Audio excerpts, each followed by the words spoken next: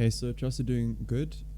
This is our part 2 submission video, and how this is going to work is I'm going to run through the whole demo systematically. Because it's such a big app, we're going to split it from the authentication flow, then we're going to work on the user setup, which I'll demonstrate, and then I'll show you the core app flow running on each screen with the navigation working, as well as their expense section as well of the video. So starting it off, the Budge AI personal tracker app, it starts off with the user being allowed to register and log in and then set minimum maximum monthly goals, create categories, add expenses with and without photos, and it stores it locally using the room database. So you click on get started. As there's no data seeded, you'll have to create an account. You're brought to this screen, and the user must enter in a username. So here we'll just name it test7. The user can put in an email address, so just put test7@gmail.com. Cool. Let's take its time.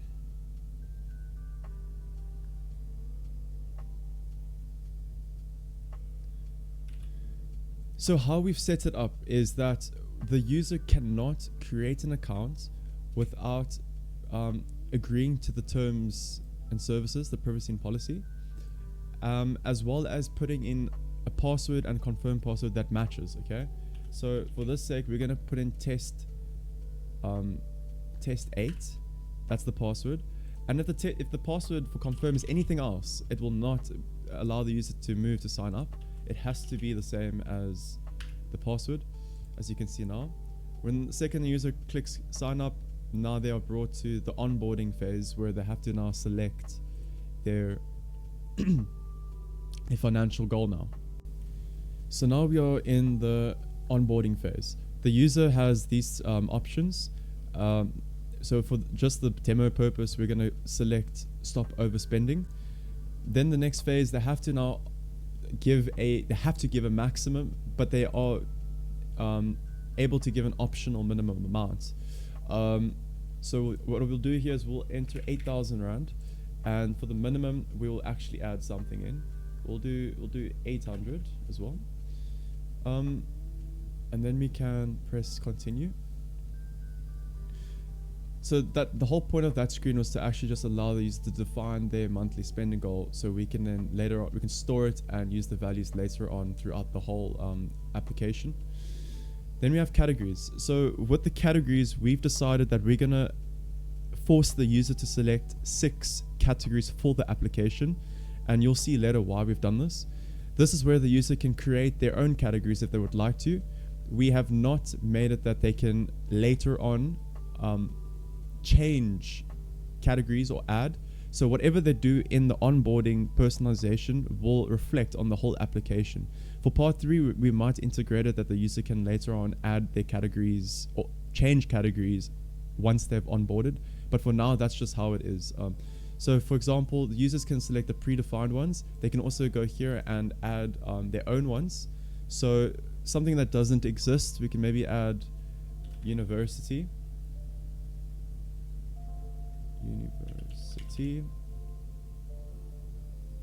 Add to list, and then it appears over there, right? It selects it. User cannot continue without selecting 6, as I said. So let's 2, 4, 5. We can add one more. Let's create another category, and we can name it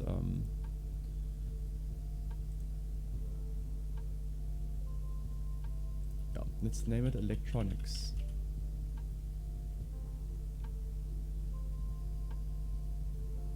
Sweet. Add to list and click finish. So once the user's done that, now their account is set up and you're brought into the home screen of Budget AI.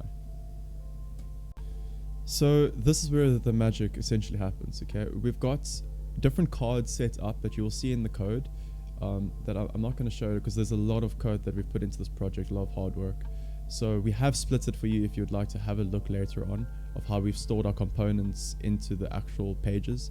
But why we decided to have 6 defined categories is because we wanted to implement it in a way that we can slide over here. And now you can see these are the 6 categories that the user has chosen. And it updates depending on expenses that they add for each category. So I will show you later on once the user has added an expense what actually happens to the home screen. But here you can see that the 8,000 Rand that the user put in the onboarding is appearing over here and will change when they add an expense. Here's the user's username, and for later on implementation we're adding the gamification, which is the 5-day streak, which has not been done yet. And you'll see there's also XP over here, which we'll also add in part 3. So just to start off with expenses, there's a massive plus button at the bottom, and this is how users are able to add expenses. We have manual logging and we have AI logging. AI logging is not implemented yet in our part 2, that's for part 3. But what the user can do right now is they can log in expense manually. And what this does is it takes them to a screen where here they can select an image. Okay, so for testing demonstration, let's just add a stock image over here. You just click this, okay? It will show over here. And then we're going to select 800 Rand and we'll name it books.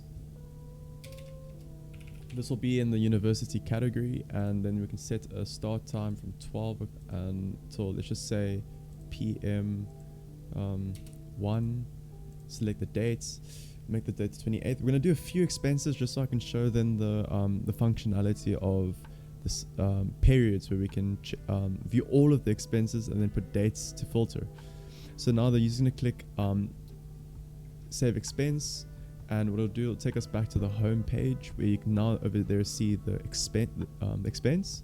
And you can also see that it's updated the university category now. So it's showing that it's 10% of what is what's been spent essentially. And overview amount has gone down.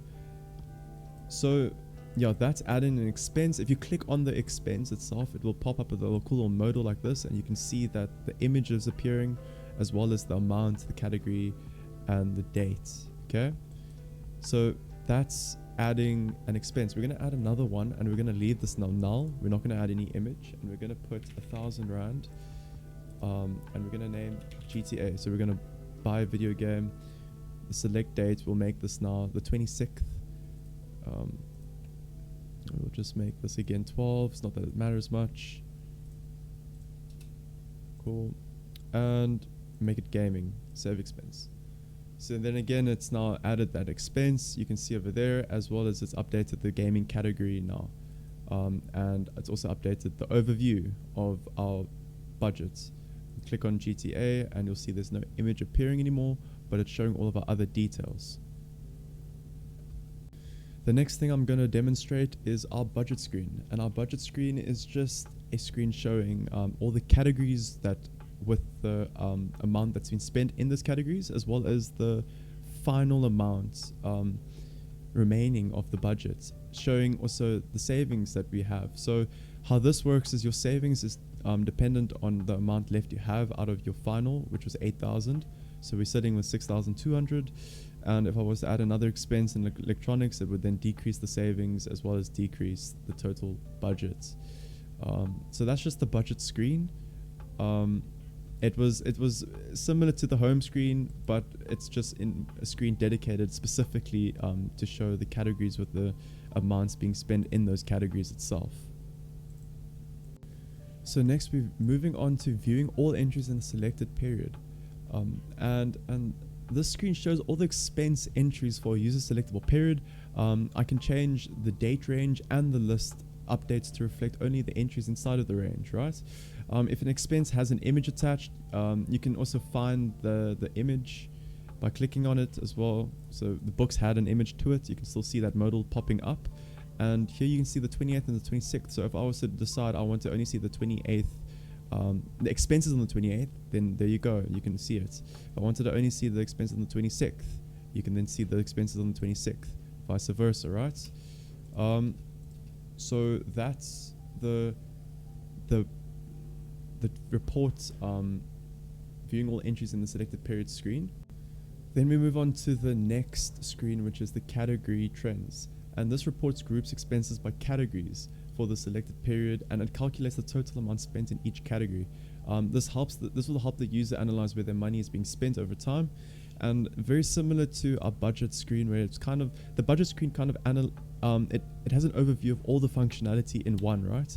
But with this one over here, you can see in the reports that it's specifically focusing on the categories that have been chosen from the expenses. So it doesn't view all of the categories, and it shows the amounts that each category has used already, right? So again, I can filter each category if I would like to. For example, as I said, we've got one date 28th and one the 26th. If I was to filter this to the 28th, you should only see the one category, which is the university. Vice versa, if I would check the 26th, you'll see that there's one which is the gaming. So that's the functionality of the category trends. And you'll see at the bottom there's like an AI insight, because for part 3 we are planning on implementing a very small LLM that can be hooked onto our database and can give us really cool information about the expenses that's going to be in each user's account. And by having that information, we can generate some cool insights, right? So we will maybe implement in the future like the one category that had the most, the one that was concerning, the one that's causing financial issues for the user.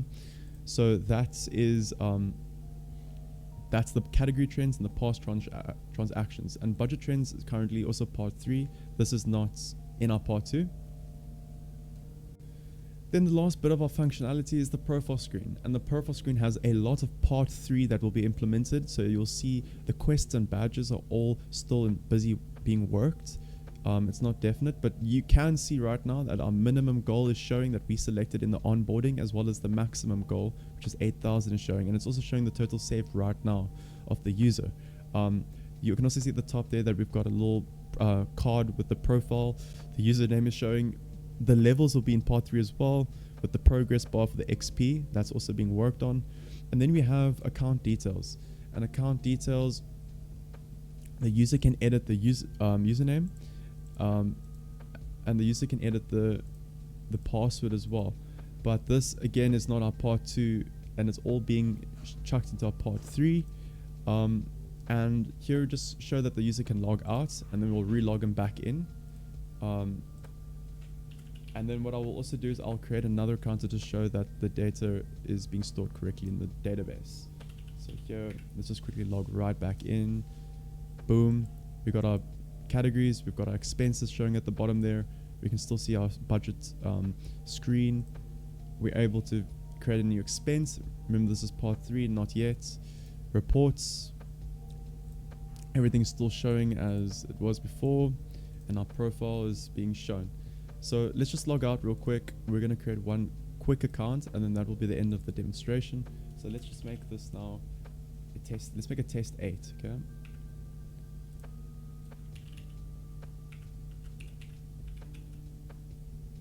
Oh, emulate, it does take some time. gmail.com.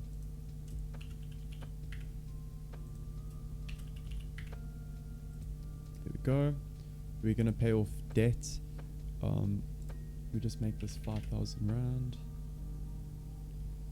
We're not going to put a minimum for now because it's optional. And then we're going to just pick 4, and then we'll make 2 new ones again, 2 new categories. Let's name this one tennis, and then another one we can name it ice. Oh, I'm searching. Also, the searching for categories does work. I didn't show that yet, so that is the demonstration for that. Ice skating.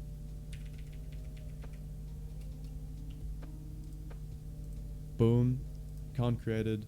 Now again, we're starting off with absolutely nothing on the account. You can see that there's 5,000 rand. We're going to quickly create a expense again, and we're going to make it 1,000. Let's just name it 80k. Gaming. Can't save an expense without putting in the date and the time. So we'll do the 23rd. Let's do that. Do this again. Saved. 80k. And there you can see over there, expenses saved. Budget, it's updated. Reported, updated. Now, just to demonstrate that it does work, you can see it's been changed. We log out, log back in.